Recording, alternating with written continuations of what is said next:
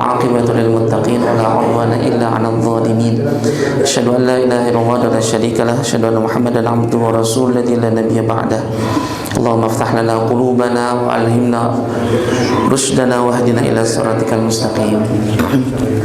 Alhamdulillah, ibu bapak rahimakumullah, Allah Subhanahu wa taala kembali mengumpulkan kita di majelis kini. Mudah-mudahan langkah kaki kita, pengorbanan waktu dan tenaga kita menjadi investasi kebaikan yang insyaallah akan kita nikmati nanti di hari akhirat kelak. Amin ya rabbal alamin. Mudah-mudahan siapapun yang Allah hadirkan yang sedang sakit, mudah-mudahan Allah angkat segala penyakitnya, diganti dengan sehat walafiat. Yang sedang ditimpa ujian, permasalahan dalam kehidupan, mudah-mudahan Allah berikan jalan keluar terbaik serta kemampuan untuk mengambil hikmah di sebalik ujian tersebut. Dan kata Nabi SAW, idza habballahu 'abdan ibtalahu. Di antara indikator kecintaan Allah kepada seorang hamba, Allah menguji hamba tersebut. Kadang ada kalanya di mana kita punya masalah, kemudian teman dekat, saudara meninggalkan kita sendirian. Dan itu sebagai indikator bahwa Allah hendak take over permasalahan kita langsung sendirian, sama Allahnya langsung gitu di take over. Dan husnuzon billah seperti itu setidaknya menenangkan kita, insya Allah. Bapak Ibu rahimakumullah, bahasan kita di subuh pagi hari ini tentang mencari teman di jalan pulang. Mencari teman di jalan pulang. Karena memang kenapa? Oh, bestie. Ya. Karena memang karakteristik kehidupan dunia ini kan sementara, sejenak saja, sesaat saja. Nabi SAW mengibaratkan sebagai seorang musafir yang melintasi gurun yang gersang dan tandus, kemudian beristirahat sejenak di sebuah pohon yang rindang. Setelah itu kemudian melanjutkan perjalanan kembali. Istirahat sejenak di bawah pohon yang rindang dalam sepoi-sepoi angin yang melenakkan, yang membuat bisa beristirahat secara lelap, mengembalikan kepenatan perjalanan. Istirahat sejenak itulah yang kemudian disebut dunia, kata Nabi SAW. Dalam riwayat yang lain kata Nabi, kun fid dunya ka'annaka gharibun aw 'abidin sabil. Jadilah engkau di dunia sebagaimana para perantau, orang asing atau orang yang hendak menyeberang jalan. Perantau kan pasti rindu kepada kampung halamannya, atau orang yang menyeberang jalan tidak berlama-lama gitu. Tidak seperti orang yang berjalan di catwalk yang berlenggak-lenggok kemudian bolak-balik tidak. Satu kali jalan lalu kemudian selesai ini, menyeberang jalan. Dan awal mula perjalanan kita adalah kelahiran kita. Setiap tarikan nafas kita adalah saat-saat lebih dekat kepada tujuan yang telah ditetapkan. Suka ataupun tidak, rela ataupun terpaksa, Bapak Ibu rahimakumullah, kita pasti akan jumpa dengan saat yang ditentukan ini. Makanya Allah mengatakan wa'bud rabbaka hatta ya'tiyakal yaqin. Sembahlah Allah sampai datang waktu yang ditentukan, ai al-maut. Al-maut. Maka hari-hari yang kita lewati ini adalah hari-hari yang seharusnya membuat kita semakin berbekal. Karena sesaatnya di dunia sangat berarti untuk keabadian kita di akhirat kelak. Wa inna yawman 'inda rabbika ka'alfa sanatin mimma ta'uddun. Satu hari di akhirat itu sama dengan sebanding dengan 1000 tahun perhitungan kita di dunia. Jadi kalau ada orang divonis 3 hari di akhirat di neraka, auzubillahi min dzalik, maka itu sebanding dengan 3 milenium dalam perhitungan kita. Kebayang Pak, lama sekali. Auzubillahi min dzalik. Dan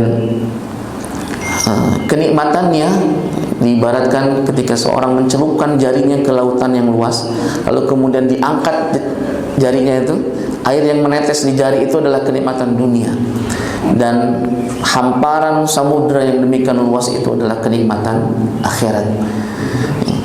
Maka sungguh naif kalau kemudian ada orang yang kemudian membeli kenikmatan yang sesaat dengan kenikmatan yang abadi di kampung akhirat. Dan perlombaan-perlombaan terkait dengan akhirat itu tidak pernah menyempitkan hati kita, Pak. Beda kalau dengan perlombaan dunia. Kalau berlomba dengan dunia, namanya juga dunia, sempit, sejenak, sesaat. Akhirat itu luas. Nggak ada ceritanya orang berkelahi ataupun bertengkar gara-gara Pak Asep mah sudah masuk juz 2 hafalannya gitu. Sementara yang lain masih di Iqra 6 misalnya. Padahal kita sama-sama belajarnya gitu ya. Starting pointnya sama tapi sudah percepatan begitu. Lalu kemudian jadi bertengkar, nggak saling sapa, dikeluarkan dari grup WhatsApp misalnya. Tidak ada ceritanya orang bertengkar karena permasalahan akhirat, karena akhirat itu luas kan, luas kan. Makanya Nabi SAW mengajarkan kita salah satu doa supaya kita tidak terlalu melekat dunia dalam hati kita. Wa minal yaqin ma tuhawwinu bihi 'alayya masa'ibad dunya. Ya Allah, berikan kepada kami keyakinan yang kokoh agar kami memandang bahwa permasalahan dunia ini ringan adanya. Ringan adanya. Dan perjalanan panjang itu fitrahnya, bukan Pak, kalau semakin perjalanan jauh itu, kalau ingin cepat perjalanan sendirian katanya. Tapi kalau ingin perjalanan panjang dan kemudian kita tahan dalam perjalanan itu, ada baiknya kita bareng-bareng, sama-sama ini, sama-sama. Maka mencari teman di jalan pulang menjadi sebuah keniscayaan supaya kita bisa punya banyak teman dalam perjalanan pulang kita kepada Allah Subhanahu wa taala. Karena sejatinya orang masuk surga, masuk neraka pun bersama-sama, rombongan-rombongan. Dalam surat Az-Zumar kalimatnya sama, hampir sama kalimatnya. Untuk orang kafir, wasiqal ladzina kafaru ila jahannam zumara. Orang kafir masuk neraka jahanam rombongan-rombongan. Wasiqal ladzina taqaw rabbahum ilal jannati zumara. Orang beriman pun masuk surga rombongan-rombongan, bareng-bareng. Tidak boleh ada orang yang mengkapling pang surga nak gitu. Kemudian yang lain mah itu mah tidak boleh masuk kaum kita itu di luar surganya gitu. Karena surga Allah Subhanahu wa taala sangat luas, teramat luas. Bahkan dalam Riyadhus Shalihin digambarkan orang yang terakhir kali masuk surga, Pak. Setelah semua orang sudah stabil di tempatnya masing-masing, karena ada syafaat Nabi SAW, ada ampunan Allah Subhanahu wa taala. Lalu ada orang terakhir dikeluarkan dari neraka. Jadi digambarkan dalam riwayat itu, orang terakhir dikeluarkan dari neraka itu kok gosong badannya itu, udah nggak berbentuk lah gitu, disiksa di neraka itu.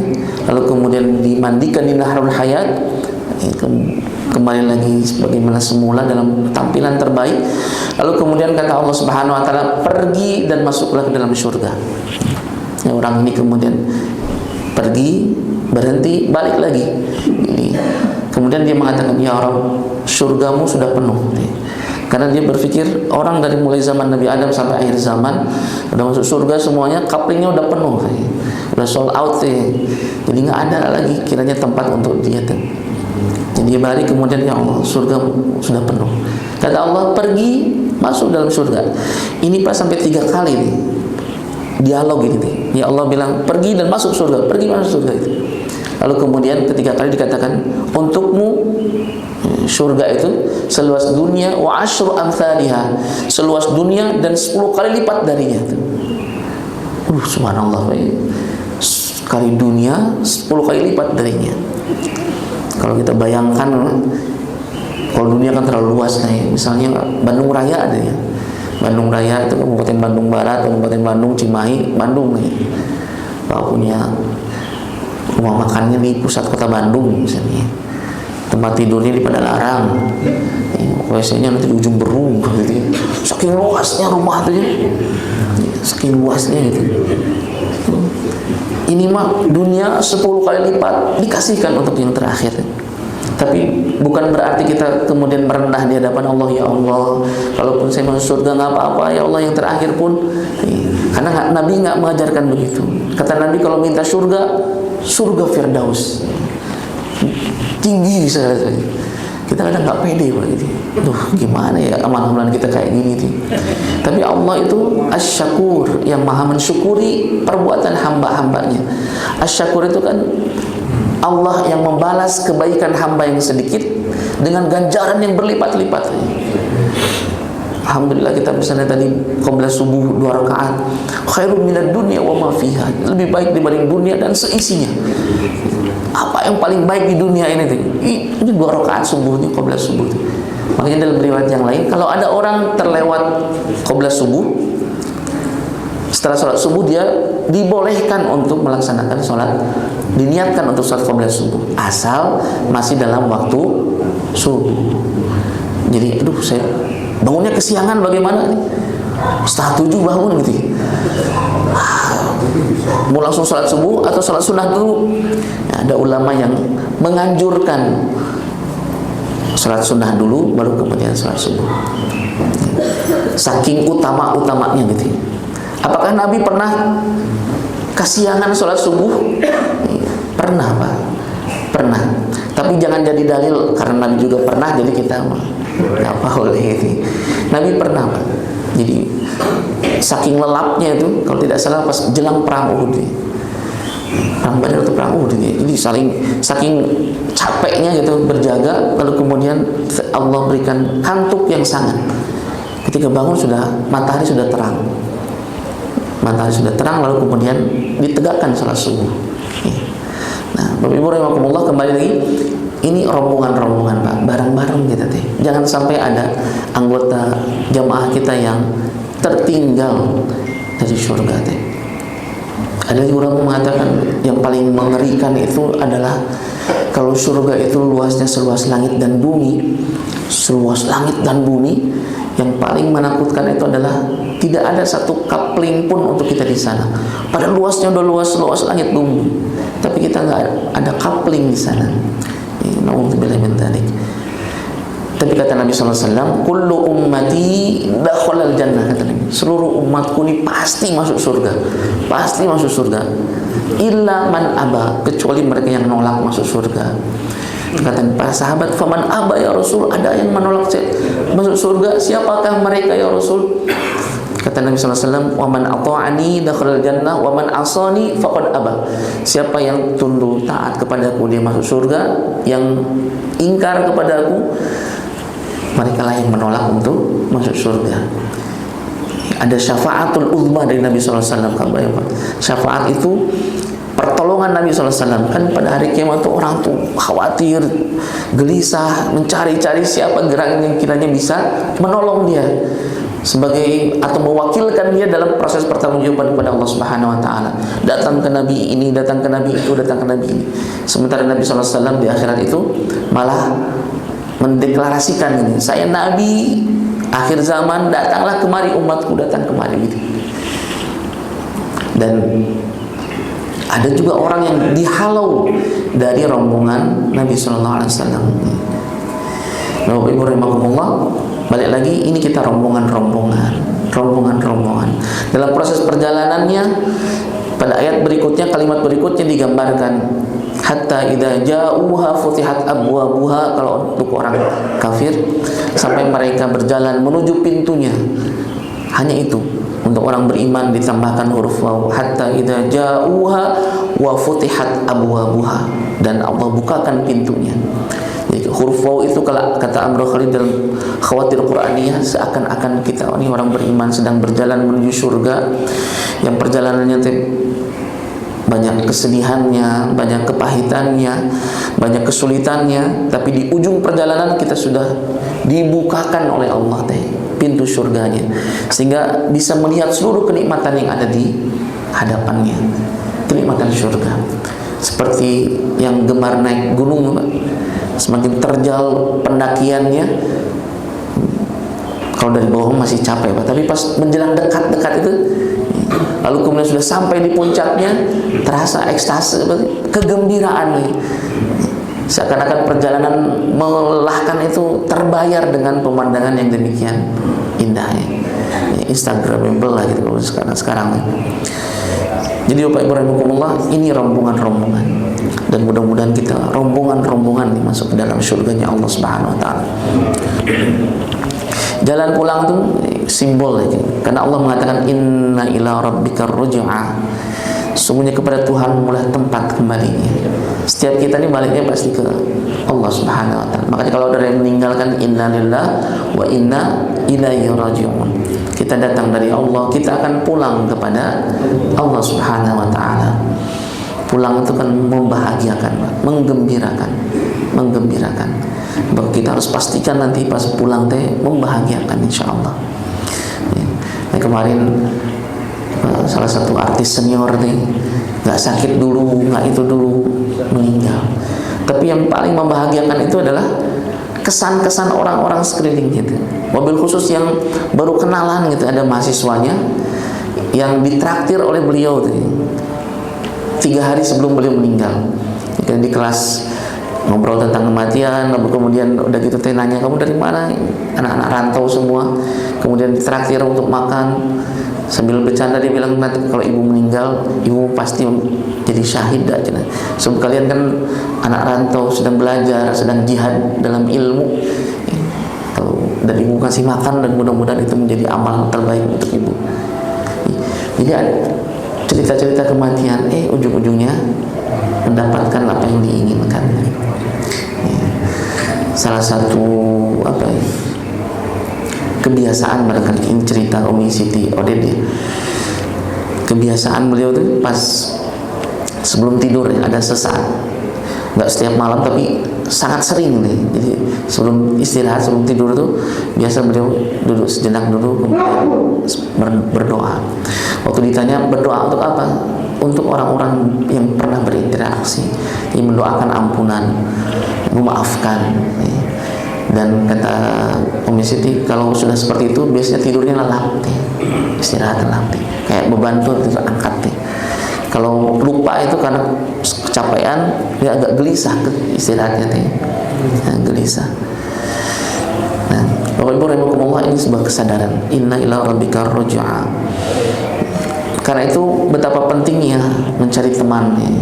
Al-mar'u ala dini khalilihi falyanzur ahadukum man yukhalilu. Seorang itu tergantung agama temannya. Agama temannya. Kalau kita tanya langsung orangnya, biasanya mah subjektif sekali.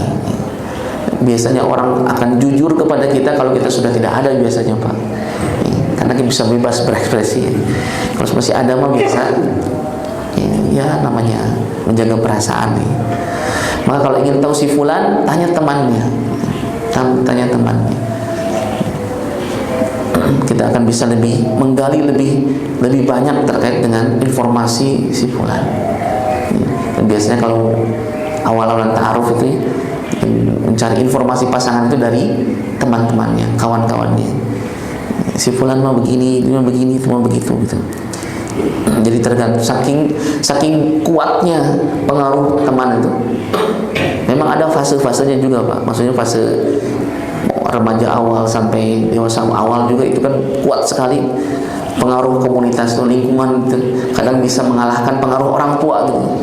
Kalau bapaknya ngomong, ibunya ngomong mah susah dia itu melakukan. Tapi kalau temannya ngomong, itu yang cerita temannya. Anaknya udah SMA kelas 3.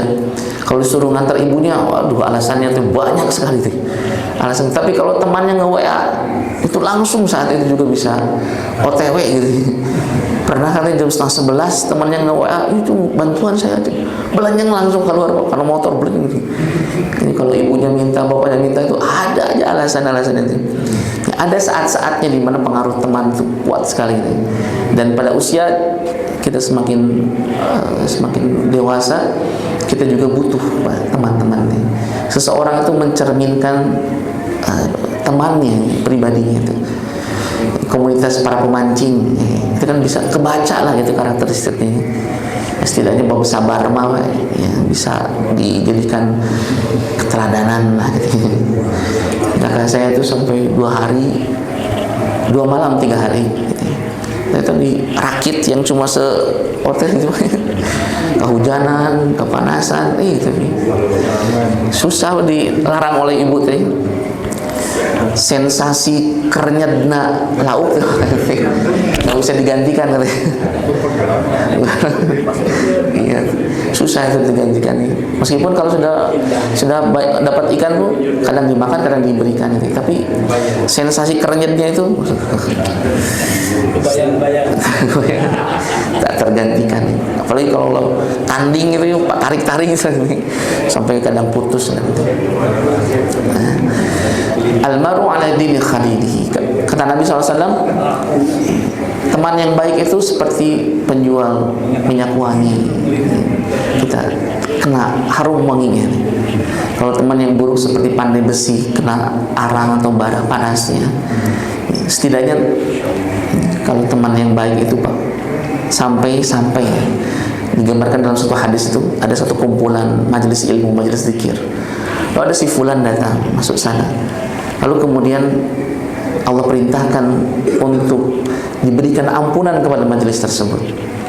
Lalu ada yang bertanya, ini di antara kumpulan itu ada yang sebenarnya dia mau cuma lewat, ya hanya lewat kemudian ikut duduk sebentar, bukan jamaah tetap lah gitu ya, jamaah cabutan misalnya gitu.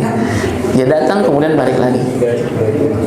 Dalam riwayat itu dikatakan tidak terkecuali seperti itu.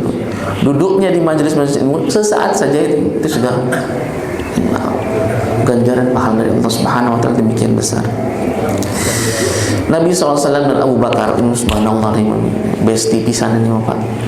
Udah besti, kemudian ada relasi mertua dan mantu juga. Dalam perjalanan hijrah itu Nabi SAW kan di guha. Kemudian Abu Bakar masuk duluan, bersih-bersih, kemudian Nabi SAW masuk, lalu istirahat di pangkuan mertuanya. Seakrab apa gitu ya, saya juga belum pernah gitu ya. Tiduran di pangkuan mertua gitu.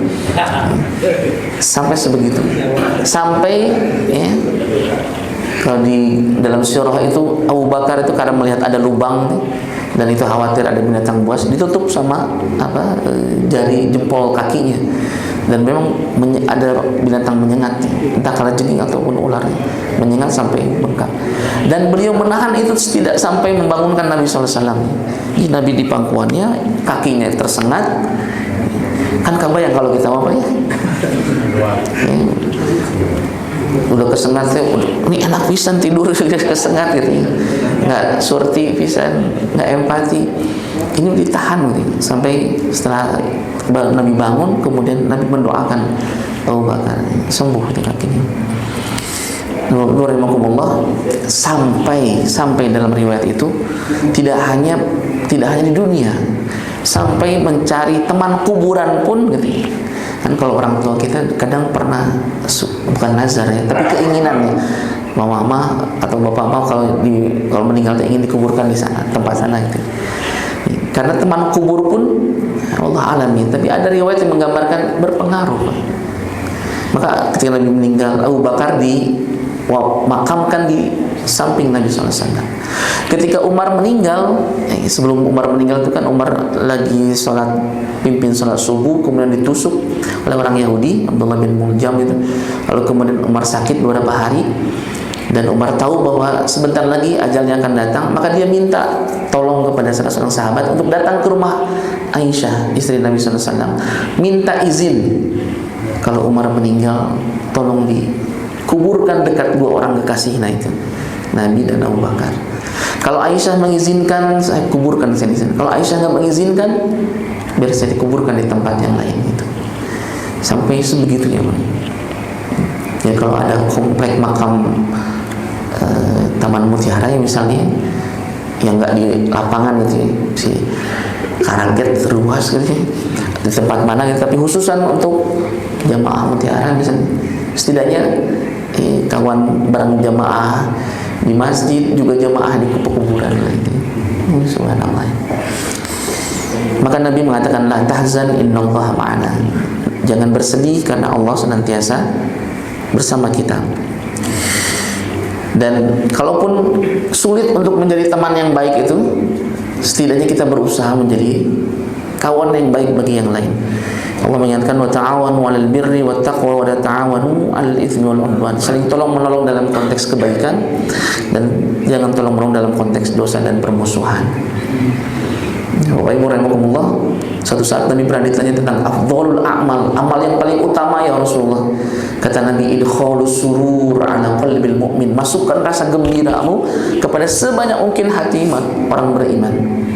sebanyak mungkin hati orang beriman. Jadi kalau ketemu kita teh bahagia bawaannya teh orang teh, bawaannya teh senang, bawaannya teh ada solusi gitu ya.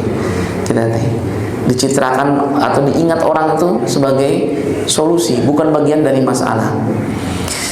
Imam Al-Ghazali dalam Ihya Ulumuddin menjelaskan teman yang baik itu setidaknya ada 5 karakteristik kata beliau: berakal, berakhlak mulia, nggak fasik, nggak senang perbuatan maksiat, ya. Kemudian tidak cinta dunia, bukan berarti sama sekali tidak konteks tidak cinta dunia ini tidak toh-tohan, tidak dunia itu menjadi mindsetnya, tidak begitu ya. Proporsional ini, dan juga jujur. Bab jujur mah Pak, orang koruptor sekalipun butuh orang jujur untuk mengelola hartanya itu. Jadi betapa berhajatnya kita kepada kawan, teman yang bisa dipercaya, yang kita tenang dengannya, itminan. Jangan kepas dengan beliau itu gelisah bawaannya, khawatir, cemas gitu, sehingga kita ingin keluar dari komunitas itu atau ingin berpindah dari komunitas tersebut. Dan hari ini kita merasakan tantangan untuk menjadi teman yang benar-benar teman, ya itu pun butuh proses, butuh waktu. Maka berbahagialah ketika kita sudah punya komunitas, lingkungan yang positif tuh. Berbahagialah. Ini aset, aset yang mahal bagi akhirat kita. Kalaupun ada karakter yang berbeda, kalaupun ada ya background pendidikan, karakter yang berbeda, berlapang dada. Ini kata Nabi, kata Allah Subhanahu wa taala perintahkan kepada Nabi, wasbir nafsaka ma'al ladzina yad'una rabbahum bil ghadati wal 'ashyi yuriduna wajha. Sabarkanlah dirimu wahai Muhammad ketika engkau menyeru Tuhanmu di pagi hari dan siang hari dengan mengharapkan keridhaan-Mu. Ini kalau perintah Allah kepada Nabi, sabarkan dirimu wahai Muhammad, berarti komunitas orang-orang yang soleh pun ada konfliknya, Pak. Jangan kemudian karena ini jemaah masjid kemudian nggak pernah ada konflik, nggak pernah ada, pasti ada. Orang Nabi SAW pun mengalami hal tersebut. Ketika Fathul Makkah, ini sudah ada kan di list sebelumnya orang-orang yang akan target untuk dieksekusi karena saking kerasnya permusuhan dengan Nabi SAW. Satu sisi ada Utsman bin Affan, Dzun Nurain, pemilik 2 cahaya, karena dinikahkan dengan 2 putri Nabi SAW. Udah dekat pisan dengan Nabi SAW. Saudara sepupu Utsman ini meminta perlindungan kepada Utsman. Utsman tahu dia ditarget, tapi namanya Utsman yang lembut hatinya, dia minta perlindungan, Utsman mengiyakan. Ketika terjadi Fathul Makkah, sepupunya ini bersama Utsman datang kepada Nabi SAW, minta perlindungan, minta jaminan supaya nggak diapa-apain nih. Kabayang Pak, Nabi SAW didatangi oleh 2 orang, yang satu orang yang paling dicintai, satu orang yang paling dibenci. Dilematis nih. Utsman datang kemudian mengatakan, ya Rasulullah, ini sepupu saya memberikan jaminan perlindungan kepada sepupu saya. Dan dalam sirah itu Nabi tidak menjawab, Pak. Nabi diam saja, diam, cukup lama diam gitu. Setelah itu agak lama baru Nabi mengatakan iya. Setelah Utsman dan sepupunya pergi cukup lama, kata Nabi, sungguh aku senang ketika aku diam tadi ada orang yang memenggal kepalanya. Jadi kata para sahabat, ya Rasulullah, atau kasih kode atau gitu ya, kode atau ya Rasul. Tapi kan Nabi mah tidak berkhianat untuk itu ya. Jadi maksudnya kalau ada inisiatifnya, inisiatif kemudian dibunuh lah gitu, seperti itu. Karena di dalam konteks yang lain ada riwayat peperangan, ada orang mau dibunuh, kemudian dia mengucap syahadat, Pak. Ucap syahadat, ini mau dibunuh nih, ucap syahadat. Sahabat yang lagi kesel, lagi perang atau ya emosi dan lain sebagainya, mau dibunuh, ucap syahadat, ini mah bohong, penggal, Pak. Datang beritanya kepada Nabi SAW, dipanggil sahabat ini. Sahabat kan berargumen, ya Rasulullah, ini situasinya seperti ini, kritikal sekali nih. Dia pasti bohong ini, udah mau di ujung nyawanya di ujung tanduk, kemudian ucap syahadat. Tapi Nabi SAW berulang kali mengatakan kalimat ini. Apakah kau sudah belah dadanya sampai kau yakin bahwa dia mengatakan kalimat itu dengan takut atau memang benar tulus kepada Allah Subhanahu wa taala? Itu Itu diulang oleh Nabi seakan-akan supaya kita tidak menghakimi ini. Karena wilayah kita apa? Nahkumu bil jawahir, kita menghakimi orang itu dari tampilan yang kasat mata kita, yang jelas bisa dilihat gitu. Adapun hatinya itu memiliki Allah Subhanahu wa taala. Maka di media sosial itu ada yang apa?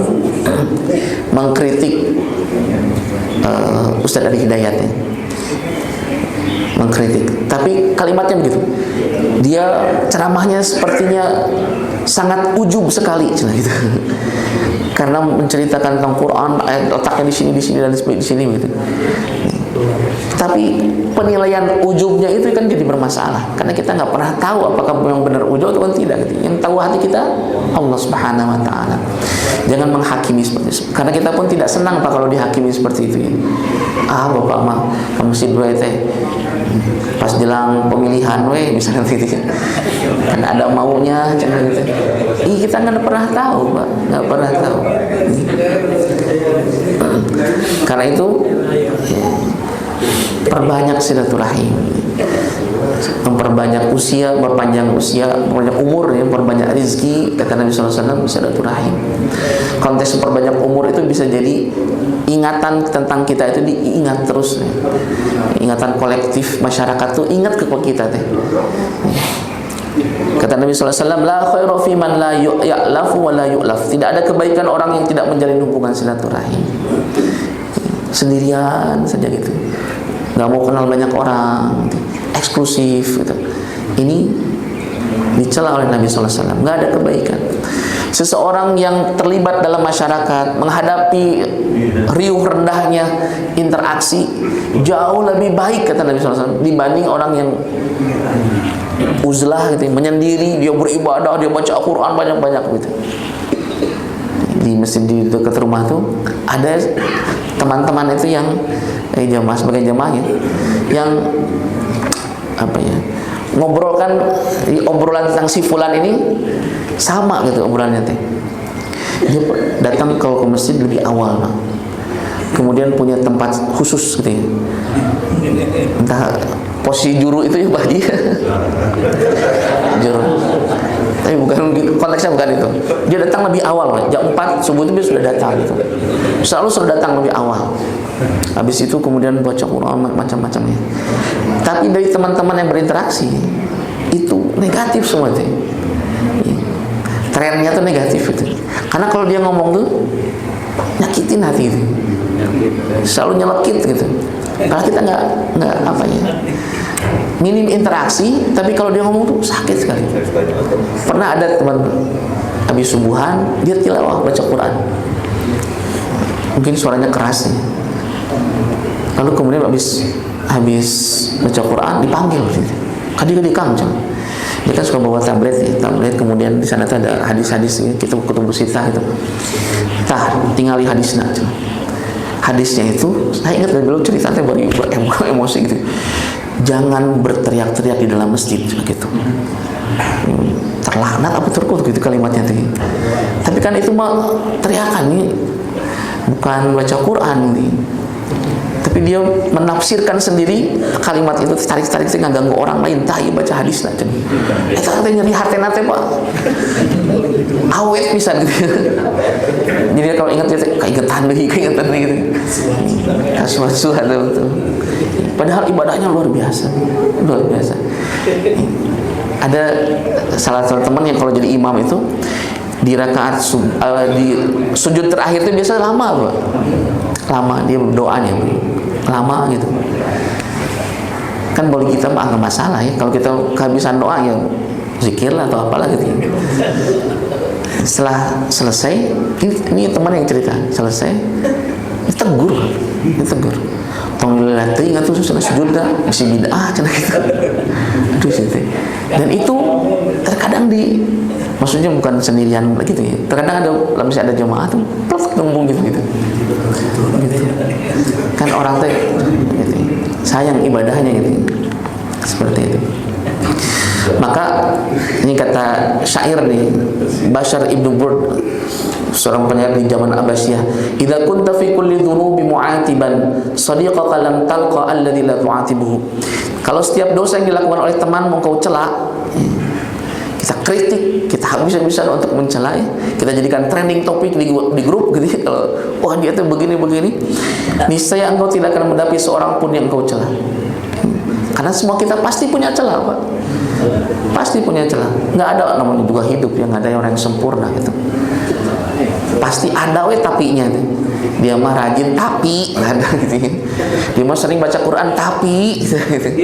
Ada aja tuh namanya juga manusia. Maka fa'ish wahidan awsil akhoka. Maka kalau begitu hiduplah seorang diri. Kalau seorang diri mau bebas, Pak, nggak ada itu ya. Hidup di hutan saja begini. Atau sil akhoka, tetap bersambung dengan saudaramu. Tapi ingat, fa innahu mufariqu dzanbin marratan aw mujanibu. Saudaramu itu seorang manusia yang sesekali melakukan dosa, pada kali lain juga meninggalkannya. Dia jadi imam masjid, Pak. Jadi ketua DKM.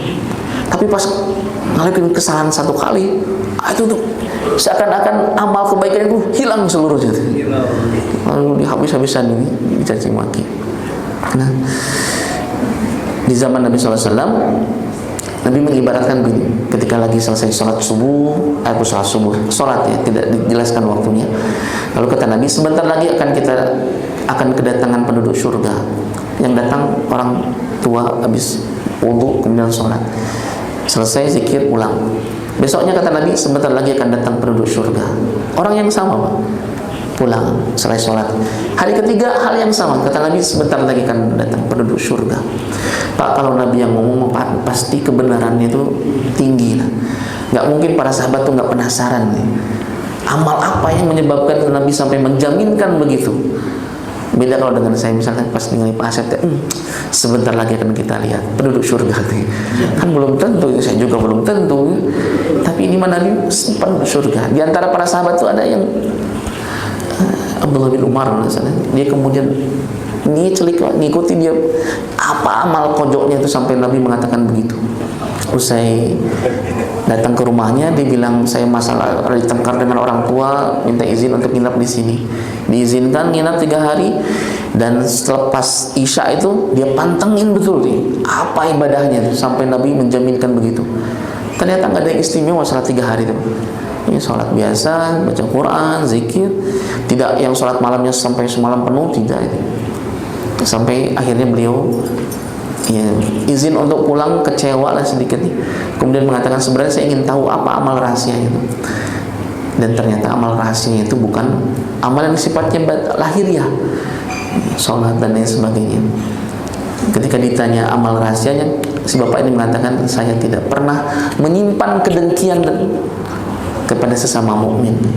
Dibebaskan hatinya tuh. Kayak tadi mungkin ya, kebiasaan memaafkan, kemudian mengikhlaskan, maafkan, ikhlaskan. Memang kalau bicara mah gampang Pak ya, ikhlaskan. Tapi kalau kita mengalaminya, apalagi bab muamalah itu mengikhlaskan itu kan sesuatu yang ya, tidak sederhana lah itu, tidak sederhana. Tapi ganjarannya pun tidak main-main ternyata. Maka Allah mengajarkan kita satu doa, Rabbana ighfir lana wa li ikhwanina alladziina sabaquna bil iman. Ya Allah, ampuni kami, ampuni saudara-saudara kami yang beriman terlebih dahulu, senior-senior kami. Kalau dalam konteks jamaah masjid yang sudah wafat itu, ya Allah, yang menunjukkan kami kepada kebaikan, yang mengajarkan kami kepada Quran, itu ampuni mereka semua ya Allah. Wala taj'al fi qulubina ghillan lil ladzina amanu. Jangan biarkan ada kedengkian dalam hati kami, mobil khusus kepada orang-orang beriman. Karena capek Pak punya perasaan dengki itu. Kita ingin selalu melihat orang lain itu jatuh, bersalah, lalu kemudian ya sesuai dengan keinginan kita. Dan kalau belum waktunya, kan jadi menyiksa diri gitu ya. Mudah-mudahan si bapak ini mau sebentar lagi akan celaka misalnya, malah banyak rezekinya, malah meningkat karirnya, malah beli rumah. Aduh, kita jadi hanya ada yang salah dengan doa saya gitu. Kita inginkan yang buruk-buruk pada orang lain, sebaliknya malah gitu. Seperti itu kan, capek Pak seperti itu ya. Maka dalam hadis yang lain kata Nabi, ad-din an-nasihat, agama itu nasihat, wabil khusus walil a'immatil muslimin wa 'ammatihim, bagi mukminin dan kaum muslimin pada umumnya. Kecepatan ini persahabatan atau pertemanan itu bentuk dari iman, bagian dari iman. Kata Nabi, la yu'minu ahadukum, tidak beriman salah seorang di antara kalian, jaminannya iman. Hatta yuhibbu li akhihi ma yuhibbu li nafsihi, sampai dia mencintai saudaranya sebagaimana dia cinta kepada dirinya. Dia memperlakukan saudaranya sebagaimana dia ingin diperlakukan. Dalam hadis yang lain, wallahu fi aunil 'abdi ma kana al-'abdu fi auni akhihi. Allah senantiasa menolong seorang hamba sepanjang hamba itu menolong saudaranya. Sepanjang hamba itu menolong saudaranya. Dan bab tolong menolong itu tidak, ya sederhananya Pak, barangkali tidak harus kita punya histori gitu. Saya itu sudah nolong teh hampir 145 kali ke dia teh. Nggak usah ada histori-historinya gitu Pak. Biarlah itu menjadi catatan terbaik amalan kita insyaallah. Sebagaimana kita ingin ditolong, saudara kita pun perlukan seperti itu. Dan subhanallah Pak, kata Nabi, intan soruna wa turzaquna bi du'afaikum, kalian ditolong dari seluruh permasalahan hidup, kalian diberikan rizki dari arah yang tidak disangka-sangka, bi du'afaikum, dari doa orang-orang yang kita tolong, orang-orang lemah yang kita tolong. Bapak Ibu rahimakumullah, kalau kita ke tukang parkir aja misalnya, biasa 2.000 kita kasih 10.000 ya Pak, dah burudul Pak doa nanti. Dosa kumul itu 10.000 berarti luar biasa Pak, ngaburu dulu. Bahkan disebut bos biasa lagi nih, kiri bos gitu. Baru kenal Pak, sampai 10.000 Pak. Subhanallah nih manusia ini ya. Sampai kata Nabi SAW, teman itu jadi penolong di akhirat. Subhanallah. Ini Bapak bareng-bareng, kita bareng-bareng Pak, dari majelis-majelis ilmu, majelis zikir, majelis-majelis kebaikan. Lalu qadarullah teman kita duluan masuk surga, kita masih transit. Jadi kata teman yang baik ini, ya Rabbi innahu kana sahibi fid dunya. Ya Allah, dia sahabat saya di dunia ya Allah. Kunna tata'awanu 'alal birri. Kita saling tolong-menolong dalam kebaikan. Jadi panitia Ramadan bareng-barengan nih. Jadi itu jadi bareng-bareng, pernah bareng-bareng. Fa adkhilhu ma'iyya fil jannah. Tapi dia enggak saya lihat di surga ini ya Rabb. Maka tolong masukkan saudara saya ini ke surga bersama saya. Ini subhanallah. Bagian dari Rahman Rahimnya Allah Subhanahu wa taala. Maka Ibnul Jauzi, ada Ibnul Qayyim Al-Jauzi, ada Ibnul Jauzi yang ceramahnya tuh menghipnotis sekali. Hampir 100.000 orang masuk Islam gara-gara ceramahnya. Berandalan paling bengal sekalipun meleleh hatinya di hadapan beliau. Pengajarannya luar biasa, ilmunya luar biasa. Tapi di salah satu majelis ketika beliau merasa bahwa kehidupannya akan berakhir, beliau minta hal ini. Tolong, kata beliau, tolong kalau Anda duluan masuk surga, tolong minta ke Allah agar Allah memberikan syafaat pertolongannya untuk saya supaya bisa bersama-sama dengan Anda di surganya Allah. Ini bentuk tawaduknya gitu ya. Tawaduknya seperti itu. Tolong cari saya. Kalau udah masuk surga duluan, kemana sih Bapak itu? Kemana Pak Agustus? Ya Allah, barengan dengan kami ya Allah gitu. Dan itu Allah kabulkan Pak. Ini jaminan Nabi SAW. Jadi tidak hanya di dunia manfaatnya, sampai akhirat insya Allah. Dan terakhir kata Nabi SAW, al-mutahabbuna fi jalali, orang-orang yang saling mencintai karena aku, kata Allah Subhanahu wa taala, lahum manabiru min nur, mereka berada di mimbar-mimbar yang penuh dengan cahaya. Jadi bercahaya di akhiratnya Pak. Yaghbiquhumun nabiyyun wasyuhada, dan mereka dicemburui oleh para nabi dan juga para syuhada. Para nabi dan syuhada dicemburu itu maksudnya amal kojok apa yang dilakukan sampai sebegitu istimewa kedudukannya di hari kiamat. Dan ternyata saling mencintai di antara hamba beriman. Mudah-mudahan Allah melembutkan hati kita, memberikan kekuatan kepada kita, ketaatan, keistiqomahan kepada kita, mobil khusus kesehatan sehingga kita bisa optimal dalam kebaikan dan kita bisa tetap bersama-sama di dunia, bersama-sama pun ketika di akhirat pun bersama-sama. Amin ya rabbal alamin. Bapak Ibu rahimakumullah, demikian barangkali bisa disampaikan, lebih dan kurangnya mohon maaf. Hadanallahu wa iyyakum ajma'in. Subhanakallahumma wa bihamdika asyhadu an la ilaha illa anta astaghfiruka wa atubu ilaik. Assalamualaikum warahmatullahi wabarakatuh.